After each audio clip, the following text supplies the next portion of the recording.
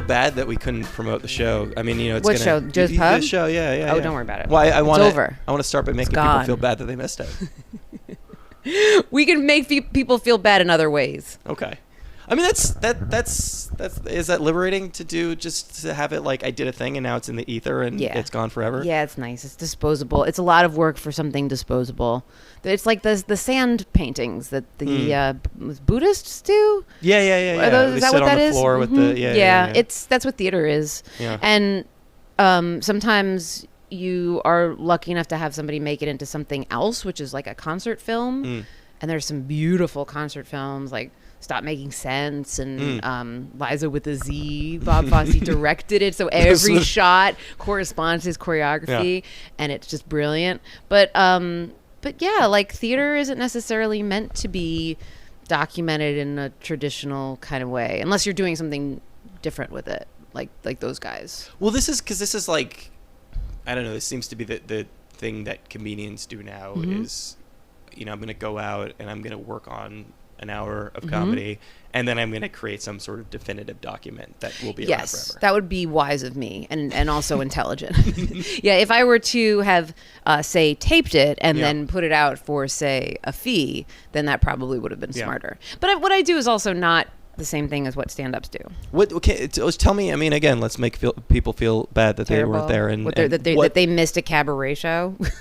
Yeah, but what did the show entail? I just I talk and I sing songs and I put my own point of view on them. And my friend Rachel Lichtman, who's brilliant filmmaker and video editor, makes videos that go along with the songs. And then I also I write original stuff as well, and I write medleys. And then I wrote an original like kind of spoken word piece in the middle of this particular show that was kind of like influenced by Bruce McCullough's spoken wordy kind of his albums, I guess. Sure.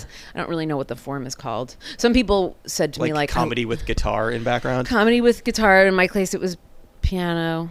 But yeah, that's sort of what it was. And then people came after and they like, I love that poem. And I thought, oh, poem, eh? Yeah. Yeah. It was a deaf poetry moment as well. But it's theater, it's cabaret, it's musical comedy essentially, and it's not terribly broad, but it's like I like to think of it as like a Hedwig-y kind of experience. That sounds pretty broad. But it's I guess that's funny because I don't think of Hedwig as broad. I think of Hedwig as like the word cabaret to me. The word cabaret does denote broadness, which is why I made a point to be like it's not like a boozy sort of dirty martini piano bar experience. I'm not. In fact, this particular show, I didn't sing any show tunes. I did a medley of Ben Folds and Stephen Schwartz, which is the closest thing I came to singing any musical theater, because I think that those two guys are connected in a way that's like umbilical. It's like a little disturbing. Their songs overlap. In my book I called Ben Folds' music Pippin with a yeast infection. So, but I still like it. I just think that like it's not cool, right? Ben Folds is not cool, but I still like his he's Billy Joel-ish, right? He's Billy Joel-ish, which means that he's a prodigy and brilliant. But anyway, I wrote this medley where I combined their songs, and that's really cool. I'm super proud of that. But beyond that, it's really not like I'm singing, Over the Rainbow, or not that I'm averse to, like, I love cabaret shows. You don't tap dance and... Not yet. Yeah. No, very little dancing. Very little dancing. I just can't, I guess, even in the sort of like disposable culture, like just to work so hard on something. And well, what's nice about it and what is liberating about it is that I can say things on stage that I don't, want on the record. Racism. Yeah, but no, I don't have a racist bone in my body. I have a racist bone in a jar on my desk, right? That was a thing Stephen King used to say, right? I have the heart of a small boy in a jar on my desk. It sounds like something It's a good one. Yeah. Uncle Stevie, the wit of the staircase, the wit of Uncle Stevie's staircase. What was I talking about? It's ether and working hard on something. Yeah, it's nice to be more honest. Yeah, because I do feel more honest when I'm in like a small theater and you're sharing an experience with people. But that's weird because I can be mean and sad and angry and yeah, but I could be all these things in front of like in front of like a crowd of people versus like you do a podcast every week where you just talk into a microphone. But that is on El Recordo, and people can always take your words out of context and quote. I mean, they could do that too at a live show. And in fact, I remember that like whole Tosh thing, and like Patton wrote a thing about like don't blog about what people are doing at alternative comedy shows. They're trying out material, and like it's not good creatively to over blog live performance. I think. Well, I thought that's kind of a recording thing, right? I mean, that's like you don't want your jokes. Yeah, you don't want your jokes out there, but I think it's also like you don't want your process out there. Like there's stuff that you need to figure out. Yeah. You need to figure out if it's good or not, and unless you try it, you can't know. Like my show on Monday was not completely different, but it was a different show than it was on Tuesday and Friday because we learned as we went what worked and what needed to be. But you're literally figuring out Monday for Friday. Yeah, you can tell what works and what doesn't really quickly. Yeah, and say like this felt long. Let's swap these songs. This is an idea I really like, but it doesn't have like a setup punchline cadence to it. So let's put it in those terms. But I mean, again, like you're working toward Friday. You're not working toward.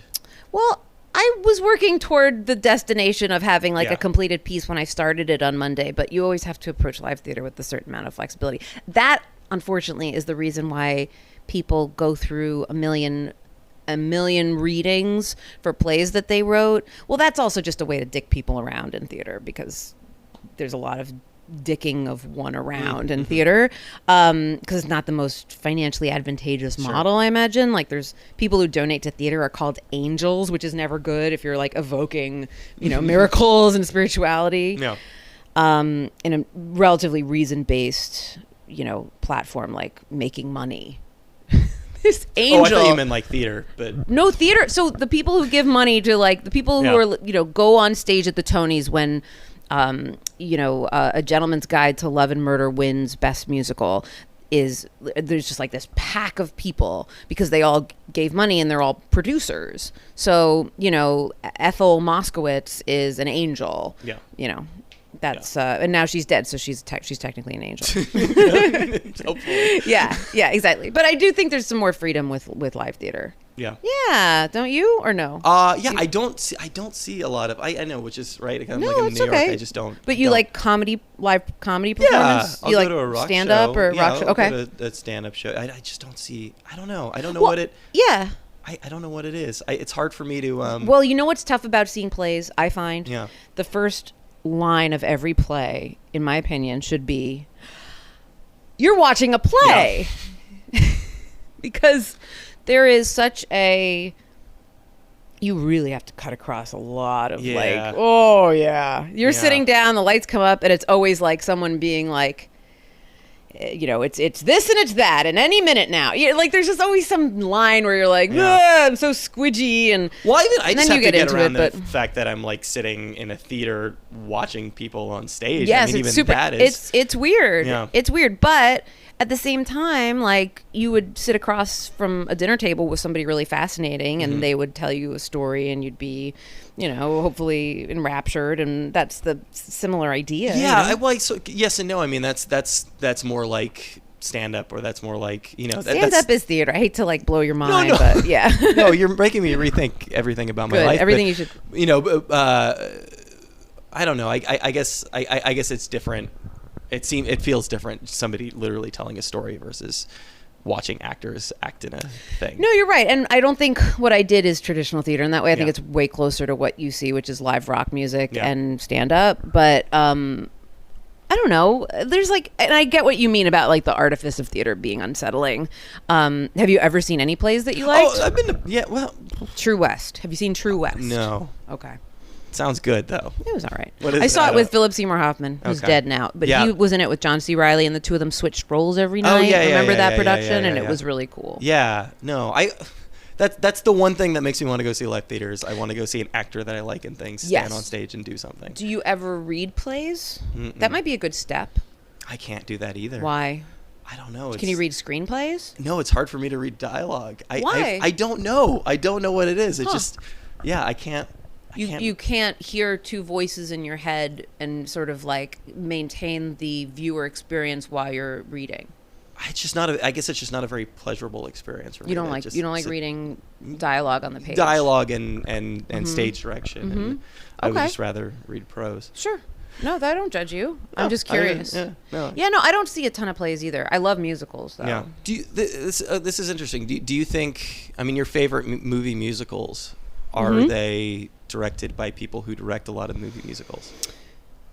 No, it's different. Movie musicals are very different than musicals. Okay.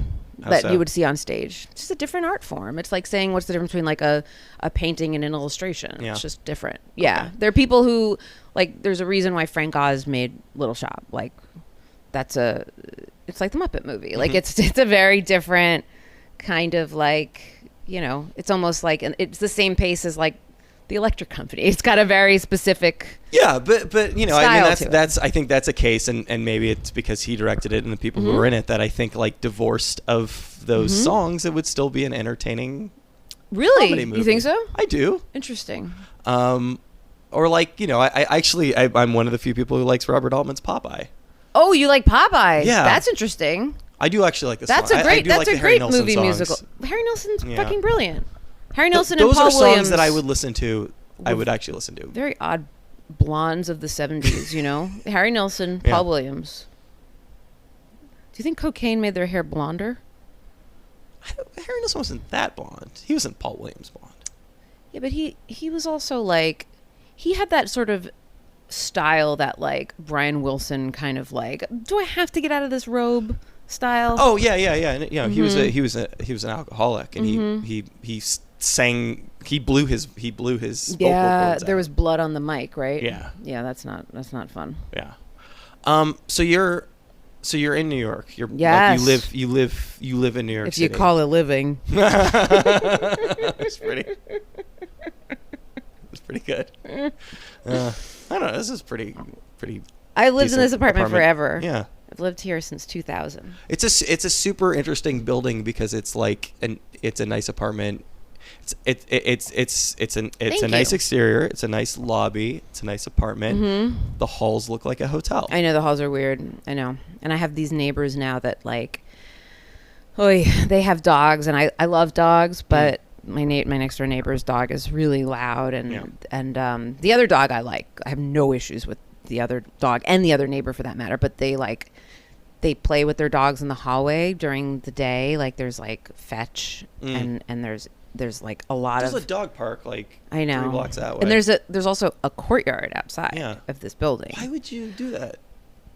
I don't know, but it gets on my nerves because it's loud. And I no one loves, animals more than me. But there's no call for that. I'm not into it. It's really loud, and I work from home, and it bugs me. Is that cranky of me? No, you shouldn't be playing. The kids shouldn't be running up and down the halls either. Yeah, that's pretty much the equivalent. Yeah, that's pretty much what it is. There are facilities for exactly the thing. For fetch. I don't know. Maybe it can't be with other dogs. Yeah, fetch in the hallway has become a thing in this building in the last what wasn't going on when I was going to LA. Then I came back from LA, and that dog was different next door. The dog was barkier. When I went to LA, the dog was fine. Now the dog's barkier. And then this other dog moved in. His name is his Whiskey. What? Maybe it's barkier because it doesn't ever go outside. He goes outside all the fucking time. You know what his thing is? He goes outside all the time, and they play fetch in the hall? Yes, because his owner is a real estate guy who, what's that called? Broker, realtor, who shows people apartments and stuff. Yeah. You really almost broke out into a Billy Joel song. Did I? Yeah. What song? You got Piano Man there. Oh, did I? Yeah. His Tonic and Gin. Younger Man's Club. This is the worst writing. That is the worst. Not very good. It is inexcusably bad writing. The lyrics to Piano Man are humiliating. The fact that he is not ashamed says everything you need to know about. Well, there's a lot more to Billy Joel that you need to know. But the biggest thing is that he's not ashamed that he wrote Do you think? I don't know. Do you think that? Do you think anybody has gone up to Billy Joel and asked him whether he regrets writing those lyrics 30 years ago? I don't think you need to. I think the proof is in the pudding. I think he plays that song. It's his signature song. Yeah. But you know what else is crazy about Billy Joel? He's got like 7 signature songs. Yeah. But that's this. Like he can't. He doesn't seem to me like He a would man riot who if has he didn't play that song. the self-awareness, nor the.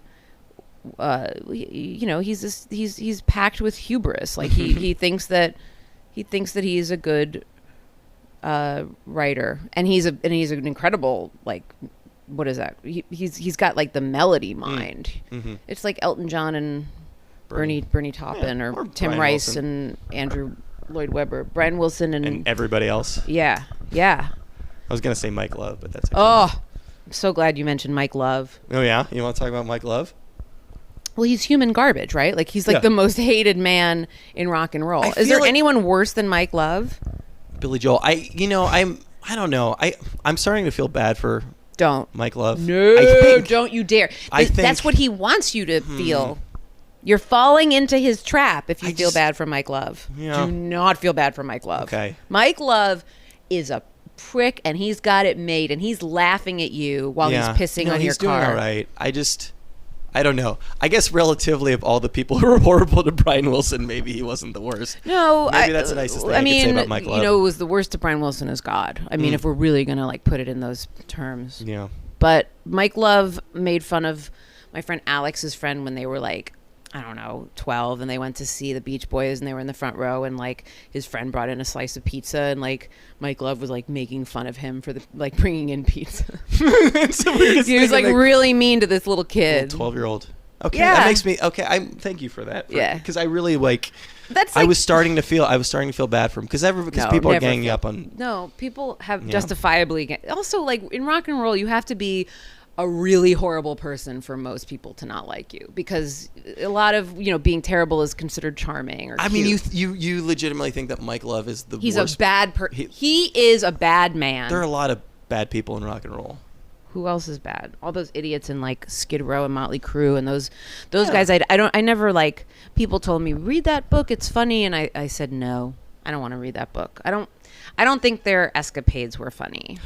I think rock and roll, as with a lot of show business, is something if you're charming, you can get away with a lot. Sure, and it rewards bad behavior. Yeah. It's an industry that rewards bad behavior, but I don't think that when it comes down to it, you can tell the difference between a good person and a bad person. And Mike Love is a bad person. And honestly, that pizza story is like the tamest one in the world. There's a million stories about him being an asshole. I think that really he's a bad man. Because if you tell me a story about Mike Love being a dick to his bandmates, I'll be like, whatever. Everybody's a dick to their bandmates, right? But this story about him yelling at a 12-year-old about in the middle of his concert, bringing pizza into a Beach Boys concert. Yeah, he's a terrible person. Yeah. Okay, so you were in LA for okay, yeah, and you're that rare breed of comedy people who moved back to New York. I was just there for a job, but I love New York. I live in New York. I hope to stay here. I hope to live here for a long time. I am always happy to go to LA. I'm always happy to visit LA. I'm always happy to, I love working. Yeah. It's sort of like my favorite thing. It's not a very good place, though. I wasn't. I've had really great experiences there, and this past experience wasn't the best because I lived in a really terrible neighborhood, and I wouldn't recommend living in Hollywood. And I lived in Hollywood because I just wanted to get to my job really fast, which was in the Valley. I probably should have just lived in the Valley, but yeah, it was. What were you doing? It's a bummer. The only like there's studios there. Lots. It's like porn mostly, though. No, right? Not mostly, but yeah, probably mostly actually. It's also the like culture of. Like a Valley Village, like that sort of, or like that's like over Laurel Canyon. Okay. Studio City. It's called Studio City, so it's got studios. Sure. But the literal city of studios. The culture of porn there, man, is like, it really makes me sad. Well, they're all moving out because of the. What's happening? Do you know about this? No. About the condom legislation? Is that being enforced? I thought so. So they all have to wear condoms, and they're gonna like digitally remove them or something. I think they're just gonna move shop. to a different state. To a different state where they don't have to wear condoms. I'm very skeptical of that because to me, Los Angeles and California is so synonymous with porniness. You know, it's right next door to Las Vegas. There's a reason why Las Vegas is right next to Los Angeles. It's because those cultures, quote unquote, bleed into each other. And it's a culture of objectifying women and treating people like dum-dums and stealing their money and laughing at them when they look down at a stain that isn't there on their shirts. And it's a bummer, man. Like, and the porn culture of like driving back, you know, into Hollywood and passing like Vivid Entertainment. Yeah. And this office building that just says Vivid on the side of it. Like completely like, you know, no paper bag needed around that. You like go in, morning Dave. Same thing with fucking Flint Publications. There's a goddamn Flint Publications building that is a landmark in Los Angeles. Well, yeah, there was like a hustler club in Times Square. I mean, those. But that's a club. Yeah, but it's got. It doesn't affect our skyline in a significant way, and it isn't a cornerstone of industry. And it's an industry out there. Yeah. Yes, Larry Flint has his own building. That is gross. All right, so actually, what was the job in LA? I wrote for John Mulaney's show. Okay. Yeah, and it's a great show. It really is. It's so funny and smart, and he's just brilliant. Yeah, nobody's. I've never worked with anybody like John Mulaney. He's so smart. He's so funny. His brain spews out perfect morsels, like the way that the ocean turns rocks into sand. Like he just spits out sand. He's just absolutely incredible to behold. In the good way.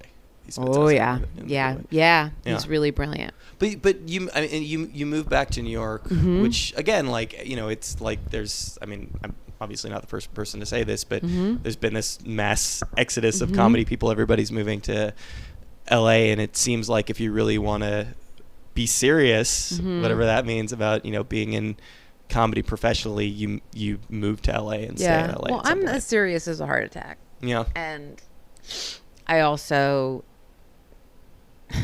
it's funny, like it's a combination of like I'm too old for this shit sort of thing. Like if I was 20 and you told me that, I'd be like, "Oh, you got a good point."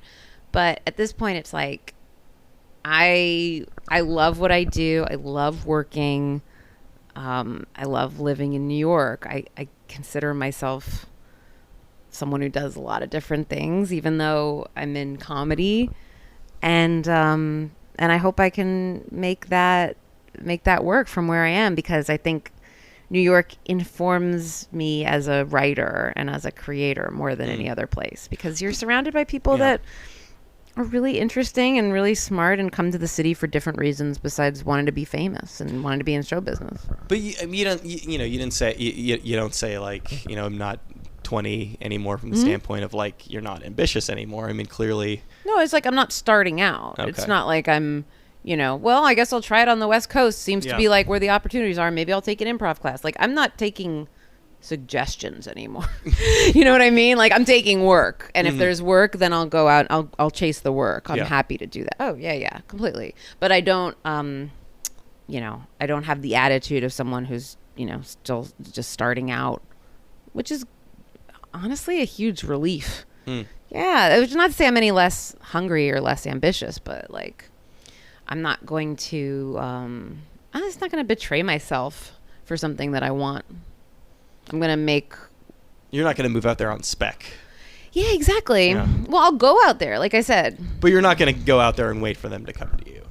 No, not right. No. Unless like some, you know, circumstance, like, you know, I fell in love, or there was like, you know, fabulous job, or I sold a show and it was made more sense to do it out there, and that would be... But even that, I can see myself like going out there for a certain fixed amount of time and hopefully keeping my apartment, because I do love it. I really do love it here. Well, you did a pilot recently, right? Yeah, we shot it here. What's up with that?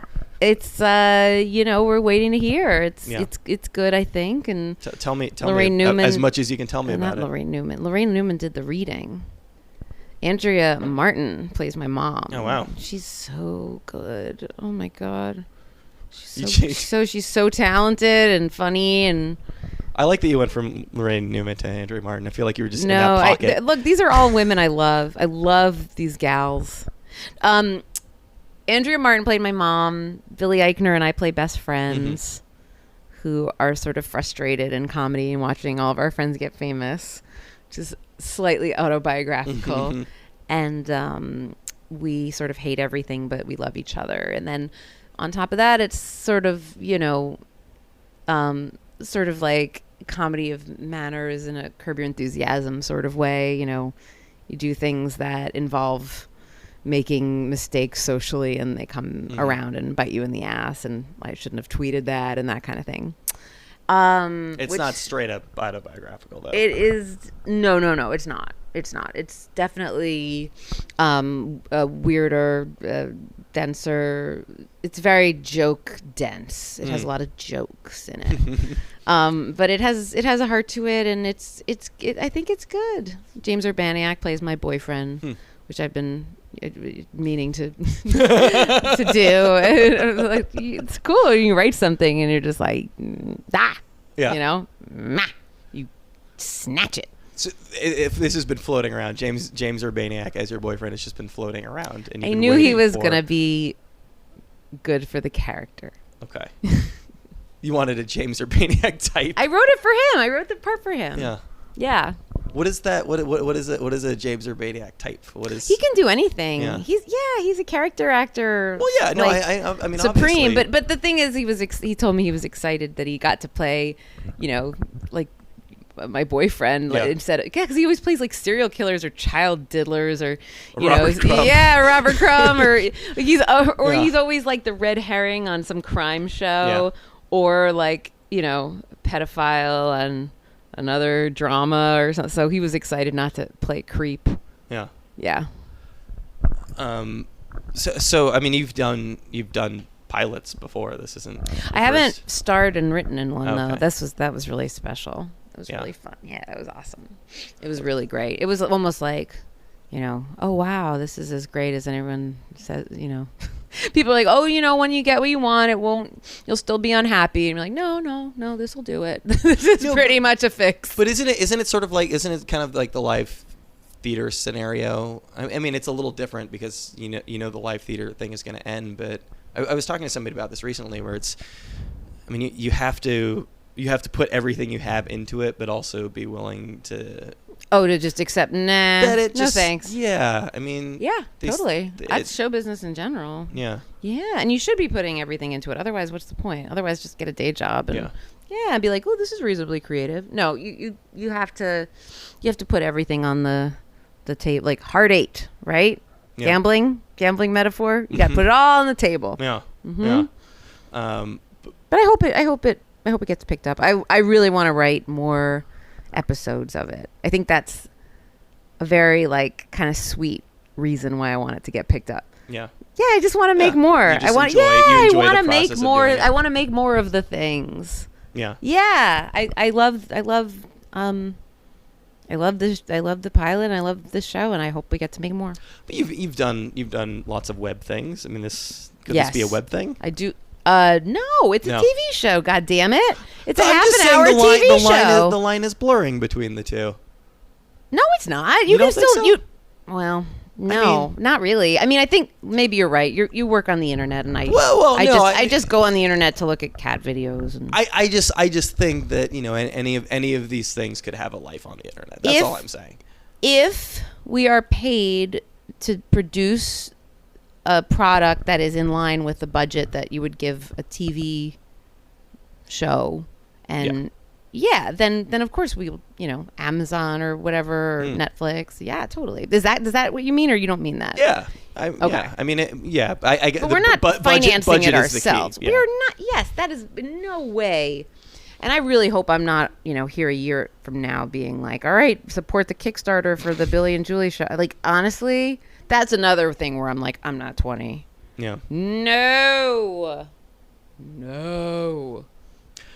But honestly, there's also worse things than that. So never say never. I mean, a podcast is kind of like that, right?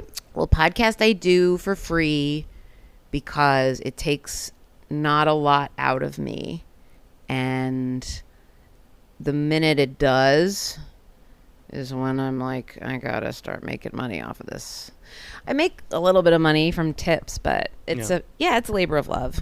I kind of started it. So there's still a little bit of kind of asking people to give you. Yeah, you have something. to beg podcasters. Podcasters beg. Yeah. It's pathetic. It's so pathetic. But at least we didn't write Piano Man. At least we're not multi-billionaires. I know. So it doesn't take a lot out of you, but I mean, it sounds like interviewing, finagling the interviews is tough. So you're doing your own outreach. Yeah, Ryan helps, but my producer Ryan. But it's mostly me. Yeah. But it's good for me, especially when I'm in between jobs. It's really good for me to see people once a week because I work from home, and it's always good to like. Oh, so and so's coming over, and you put makeup on, and you kind of like, oh, I'm a human being having an interaction with another human being. Kind of. Yeah. And it's stimulating to talk to people when you sometimes need to schedule that in. And if it's just a social experience when you're like, oh, let's have drinks with, Renata. And then that's different than like, I have an appointment to interview Susan Orlean, and I'm not going to like blow it off because I'm tired. You know what I mean? So that's a therapeutic benefit. And then the other thing is that it's been the thing that I've done most for the longest with the most consistency, and I'm proud of myself for that. I didn't know how long it would last, and it's lasted longer than any other things that I've done. So that alone is reason enough to be like, why? How has it lasted that long? Mostly because I have OCD, and I have to like not miss an episode, and I have to do it every Thursday, and it has to come out every Friday. And at one point, it was like it has to have 2 guests, and now it just has 1 guest. And it's important for me to. It's like journaling in a way. Yeah. Well, I mean, people journal every day, and this is what I do every week. Speaking of therapeutic, the top part of the show is very therapeutic. Literally, just you. Well, it talking. Can be. Yes, it is very literally me talking to myself. Yes, that's true. Yeah. But the topics can range from, me going through some shit. To me, musing on whatever I'm obsessed with that week, pop culturally, or things I find funny or things I observed. So I have the freedom of doing that, which is also really great just as an exercise. But it's more than an exercise. It's a thing. And I'm proud of it. I draw from it a lot when I'm trying to think of like things to write. I look back and think about the things I've talked about on the show. That's interesting. So it's do you reuse things from it? You mean in my writing? Yeah. I used a bunch of plot lines in the pilot from monologue stuff. I went back and, said like, oh, that's something that I could dramatize. So yeah. I mean, it's almost like doing a stand-up routine, and it's you and you're kind of telling jokes. Yeah, and that was another thing that I wanted to challenge myself to do because I hadn't really done that. I'd done variety shows with I've done basically like stand up with a partner, and I've done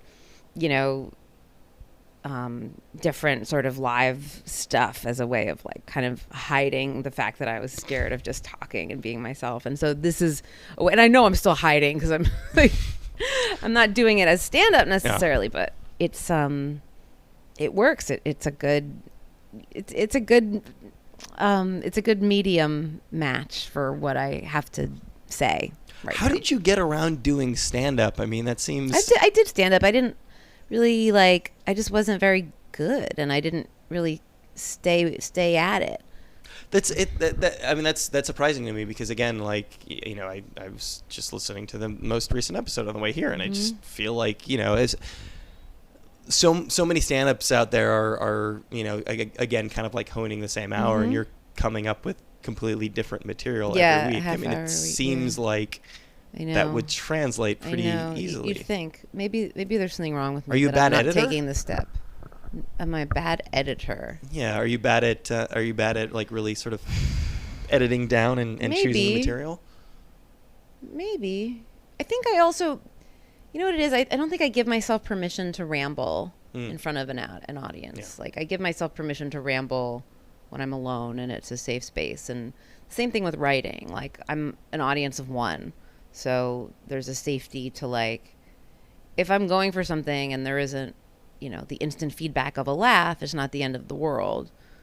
So I can sort of discover things. But when I'm on stage, I tend to be very Pavlovian about like, if something doesn't get a laugh, there's no point in like ruminating on it or doing what I do on the show, that I really give myself permission to find things as a storyteller. And I don't think I'd have the same kind of ability to kind of take the pressure off of myself as a writer on stage in front of people. I would have to like write it out and memorize it and then see what works. And that's kind of what I did with the cabaret show, which was like just write stuff, see what works, see what doesn't, cut it, write something new. And that's just more about, to me, writing and performing. That's not quite stand up. But what is the process of a monologue? Are you're writing something down at some point, right? Yeah, I keep notes throughout the week. I start like an Apple Note, like those little yellow things with the terrible font that comes written into it that I don't bother changing. Like a ripped paper up the top. Yeah. So I keep one of those throughout the week, and when I remember something that I think would be funny to talk about, I write it down. And then on Thursday night, I have a list of things that I have been keeping throughout the week, but it's just a list of things. It's not like a story. It's not even a sentence. It's like for this week, I just have Johnny Rock written down because that's the name of Dennis Leary's character on this new show that FX just bought, where he's like a former rock star and like now he doesn't do cocaine, he like takes prostate medicine. Like it's the most shocking, offensive thing I've ever seen in my life. Oh yeah, and it went right to series. Johnny Rock's going straight to series. So like that's an example of something that I have, a point of departure for, and then I kind of will like you've got to be a little like angry, or you've got to be a little It depends. Like the more it's all about giving yourself permission in a way. It's about giving yourself permission to find and fail and be silly and be stuck, and then trust that you'll either come back to it and it'll be interesting, or you'll find something new that'll be interesting.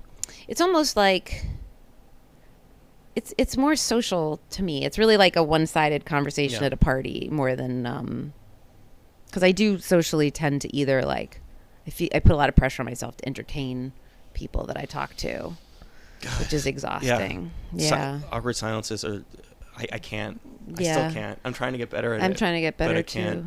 Yeah. It helps when you put listening as a goal, because that's something I'm trying to be very mindful of. Yeah. Even with people I know, though, it's still an issue. It shouldn't be, like friends of, of just like doing your best to make sure that there are as many words as possible happening in that period of time that you're spending with that You're person. Jewish, right? Yeah. Yeah, it's normal. Is that a thing? Yeah. Okay. Yeah, Jews are terrified of silence. Yeah. Yeah, it means the Germans are coming. I don't know, but we are afraid of silence. It's true. We think it denotes failure. I don't know. It's a very chatty. Like I did not grow up with any silence in my home, so it's interesting though. Again getting back to the live format versus the podcast format. You had said earlier that there are things that you were willing to say on stage because they're not saved for for posterity. You're gonna be like, what are they? Say them into the microphone for posterity. No, but versus this idea of like having a safe space where you can just sort of let the ideas flow. Yeah. But you're still censoring yourself a little bit? A little. I mean, I'm not gonna fool myself. Like, I still censor myself on stage too. Yeah. Yeah, but it's a different kind of. There's also something about cabaret where you can be meaner, you can be like dirtier, you can be angrier because it's theatrical. It's okay. People like want someone who's over the people want someone that's a little over the top. Like people want someone to be like a little bit more drag queeny. Like that's part of the showmanship of it. That the things I do on my show are not any less honest, but there's always going to be a degree of censorship. Like, I don't really talk about my family on the show, and I don't really talk, up until my breakup about a year and a half ago, I didn't talk about my relationship a lot. And there's definitely stuff I keep at in my career to some extent. Like, I don't, that's something I'm very conscientious of, because you don't want to burn bridges, but at the same time, at a certain point, you just have to be like, fuck everything. Like, yeah, I mean, that's what most people are drawing on, right? I mean, what? Their personal bridge lives. Burning? No. Oh. I mean, that's a consequence of it, certainly, but of their interpersonal relationships. I mean, that's... Sure, no, and I talk about that, and I had my heart broken about a year ago over the summer, and that really put me into like a pretty intense depression, and I talked about that, and I talked through it. Yeah, but it's also like there's no rules to it. It's just kind of as you feel it out, and if it feels weird, then I don't do it. Well, I mean, your first book was really personal. Yeah. But you needed a window of time. It was a completely different experience, and it was a completely different phase of my career, and I really needed to make that book as honest and as visceral as possible for the sake of making it as good as it could be and as honest as it could be, and also to put myself out there as much as I possibly could, because it was a really big opportunity for me for exposure and for it kind of put me on the map. And I had, it's like I was young, I needed the money. But, it was really important for me to bear all. If I was going to do a book, I wasn't going to half-ass it. And, that subject matter was stuff that was really important to me at the time. And so I put it all out there. And I said to myself, I may regret this, but, I was compelled to do it. And I think more good of it came from it than anything else. I still get emails from mostly young women who are like, I love your book, and that means a lot to me. But if that's the the first really kind of high profile thing you're doing, if that's again what's putting you on the map, I mean, aren't you setting the bar somewhere? Aren't you?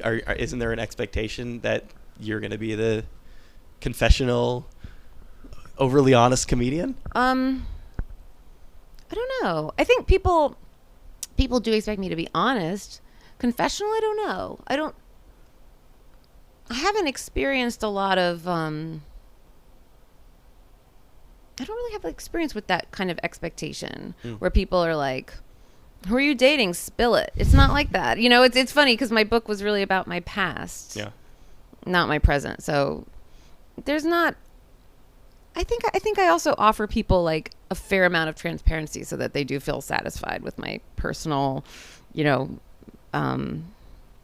my personal stuff being out there and me processing it out loud, because most people don't do that at all. I think it's nice to hear somebody sort of speaking honestly. So, but I don't have to like get as like, it's not, what is that called? An operating theater? What is that thing called? Oh, yeah. It's not quite like that anymore, but it's still personal and honest, and it's also like a better reflection of who I am. Like, that book was closer to who I was then, and now what I do is closer to who I am now.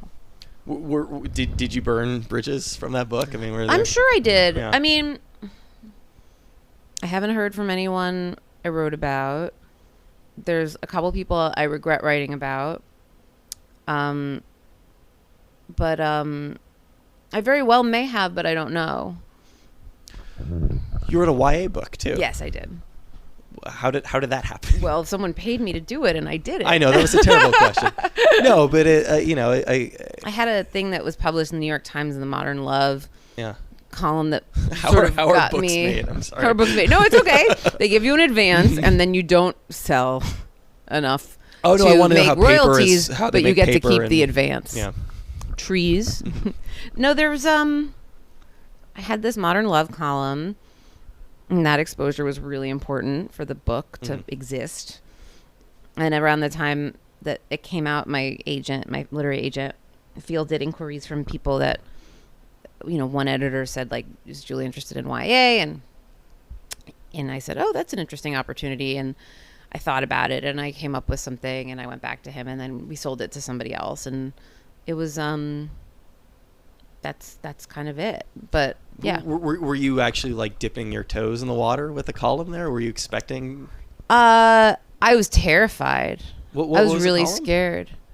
It was just a chapter that became, it was an essay that became a chapter, the self-titled chapter of the book. Yeah. It was about going out with a musician and just being disappointed, and it not really being like a boyfriend or a relationship. I really only went out with him like twice, but it was something that I walked away with like, that sort of sucked. Yeah. It wasn't like horrible. I wasn't furious, but I told somebody about it, and she really validated me, and she was like, no, that's bullshit. You have every right to be angry. And I was like, oh, thanks. It was almost like somebody had given me permission to feel bad, because I felt bad, and I felt stupid for feeling bad, because it was like, oh, this guy, I just went out with him once. Like, what did I expect?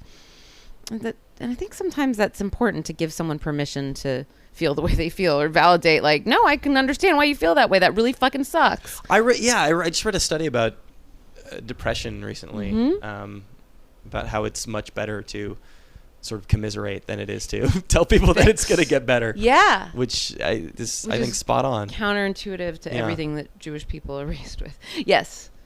Well, why are you sad? Let's get this. Let's work on this together. Yeah. No.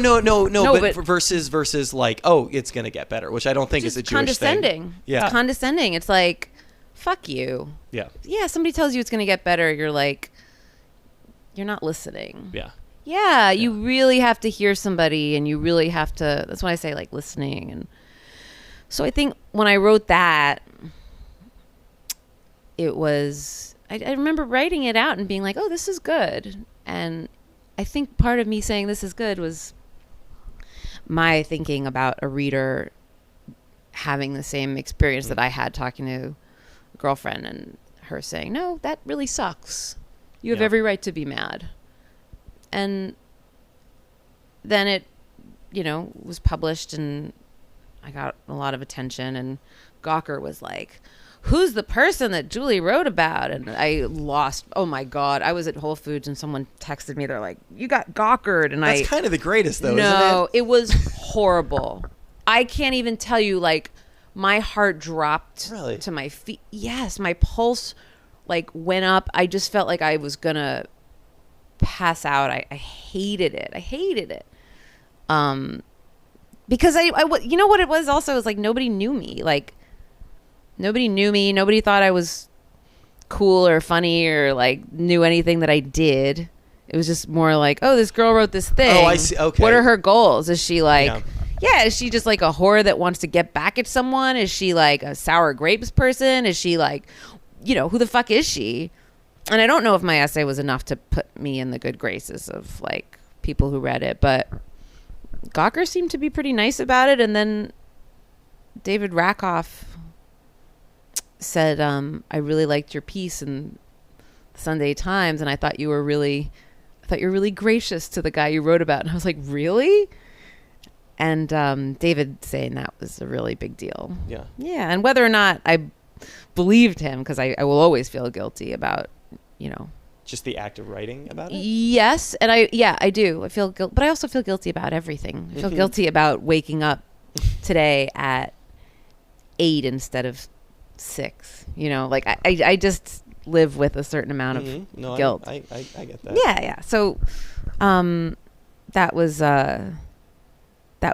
really encouraging. But that because he was like the sweetest guy in the world. Yeah, and that's like having it's like having. I was trying to think of a good. I was like, that's having. If you're a person. playwright, like Shakespeare calls you, and he's like, "Good job," and you're like, "Okay, maybe I should not feel like an asshole for doing this, and maybe I should do more of it." And so that was then, and I try not to regret things, but there are a couple things I wish I'd done differently.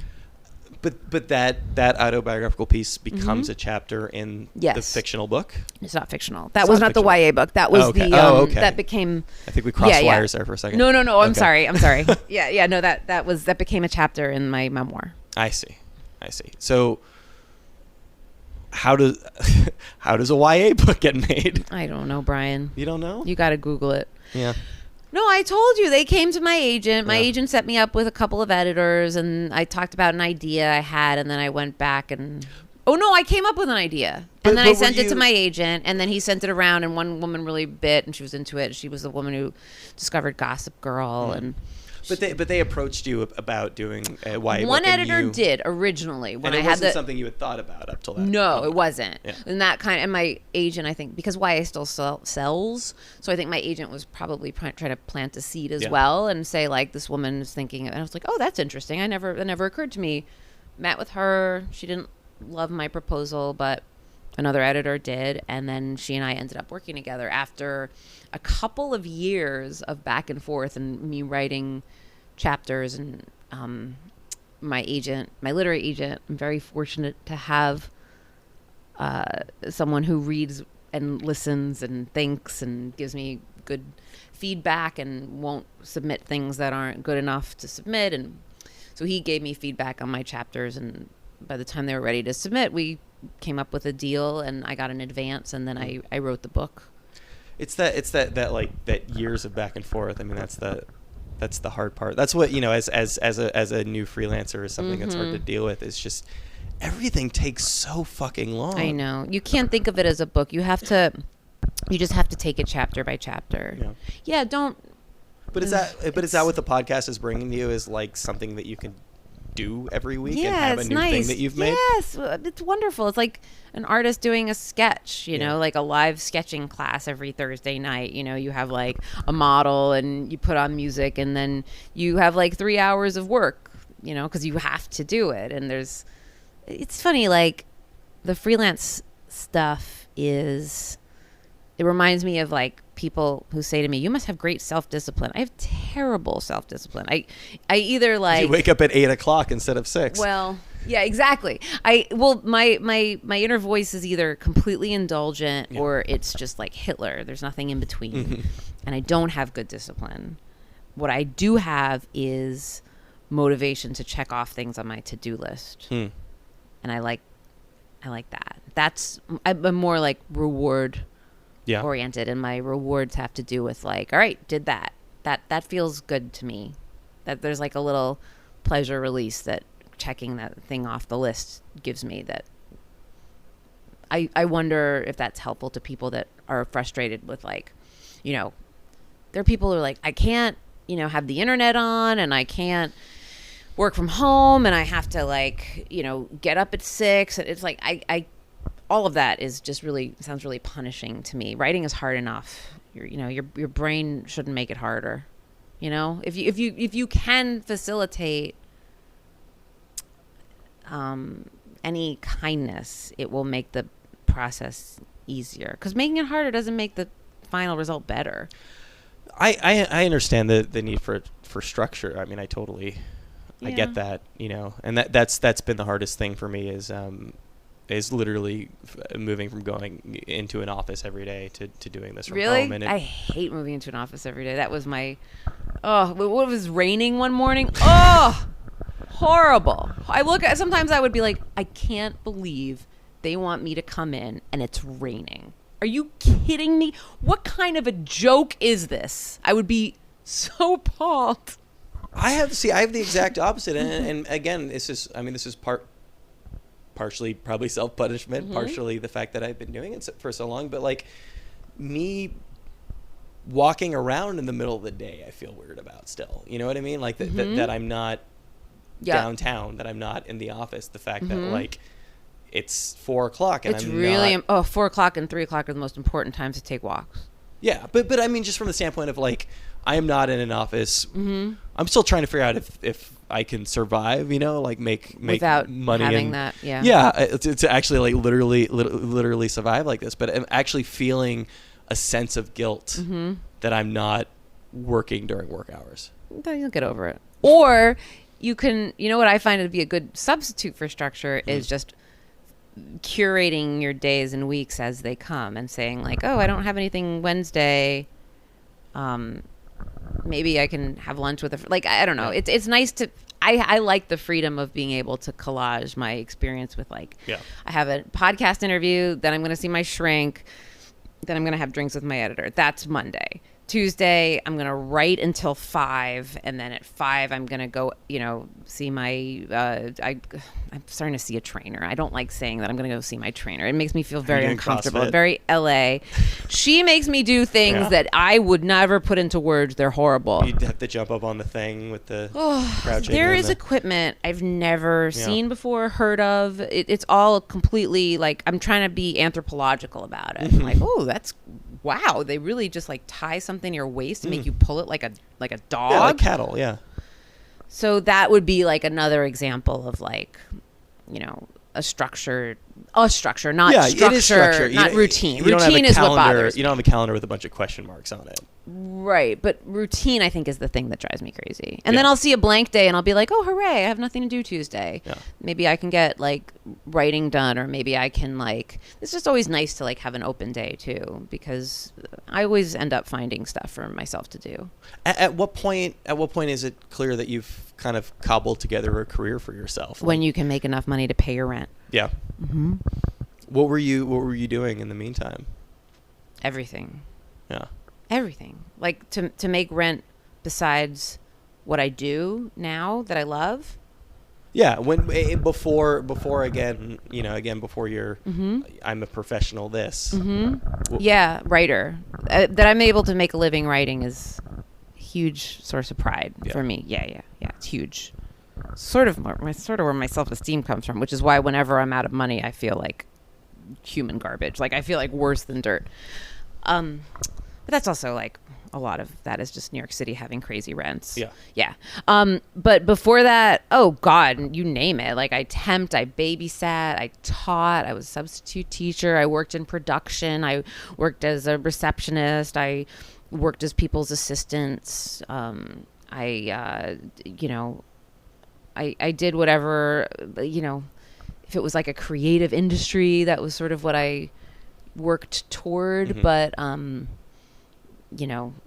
it was all pathetic. It was all awful. That was always that's a question I'm still sort of like asking myself, is like, when you have a goal, do you want to work around that? Do you want to work in the vicinity of that? You should. But that's what I figured out.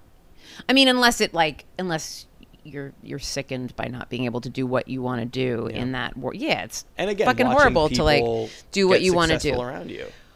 Yeah, but that's like part of the deal. You have to be in it, like, because those relationships are gonna be the thing that sustains you, and and if you're good, people know it. And I guess you have to sort of figure out what success means for you ultimately, because that's you mentioned the show pilot and this idea of like feeling jealousy watching other people sort of achieve your goals, but you could always be doing worse and you could always be doing better. You have to realize that you're achieving somebody's goals at some point, right? That you're doing something that is going to make somebody somewhere feel jealous. Well, yeah, that's sure. The ultimate reward. Yeah, that's the ultimate goal. Right. No, you also like have to, I mean, the only person I really compare myself to is myself. So that's always something that I have to look back instead of around. Yeah. To feel good about where I am. We briefly spoke about your mom before turning the tape recorder on, and at what point does she acknowledge that you've cobbled together a career? Oh God, that's a whole. What is this? This is going to be a whole other conversation. Yeah. She just sent me a text, and there's a emoji of a sunglasses smiley. So that answers your question. No, it doesn't. I mean, she's proud of you. She is proud of me. She came to my shows at Joe's, and she's a New Yorker. Yeah. She grew up in Brooklyn, and my dad's from the Bronx. So I mean, we're like real New York Jews. We're not fucking around. Yeah. There you go. That was Julie Klausner. Been trying to get her on the show for a while. She's living in all sorts of different coasts. She's a very busy person. We finally managed finally managed to carve out some time, sat down on her couch in Manhattan, and talked about how I'm not really interested in musical theater for a very long amount of time. I think a fair portion of that was actually cut out of the final interview, which is, ultimately probably for the best. Probably something that I'm probably the only person interested in. Hopefully she was slightly interested in having that conversation as well. She did not, however, convince me to be into musical theater. I don't think I'm ever going to be able to really sort of embrace the idea of sitting in a darkened theater and watching spontaneous song. But the thing is I'm all right with that. That I'm living my life comfortable in the fact that I probably won't go see Hedwig while it's still on Broadway. Thanks so much to Julie for taking the time to do that. She's got a really fantastic podcast that you should check out. It's called How Was Your Week? It's on iTunes. It's free.